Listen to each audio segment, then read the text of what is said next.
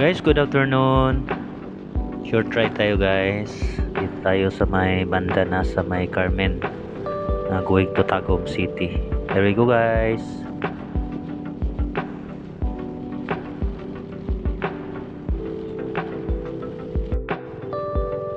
So guys, hindi na tayo nakaabot ng Tagum kasi babalik na tayo. Dito na tayo balik sa may Carmen again. Dito banda, malapit na tayo sa may Balutan. So here we go guys. Sobrang traffic kasi. So nagbalik na tayo, hindi na tayo nakapunta dun sa may Tagum City mismo. So babalik ako pauwi guys. Davao City. Okay guys, here we go.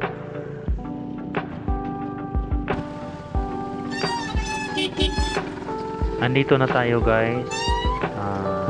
Part ng Tibungko, Davao City. Dito na banda sa amin yan.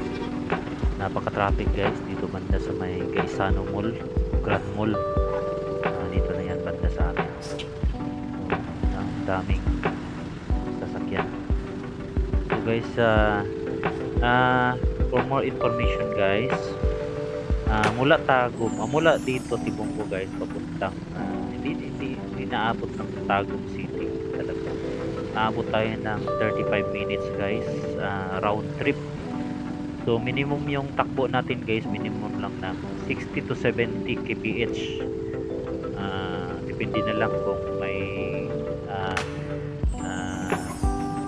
madaanan tayo ng mga ganito, mga traffic.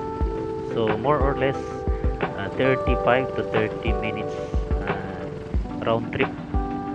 So minimum takbo ko is 60 to 70 kph guys. Okay, for more information.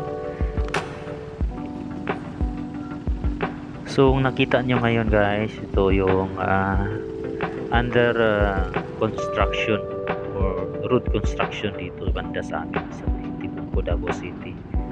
Ito na yun guys, kita nyo.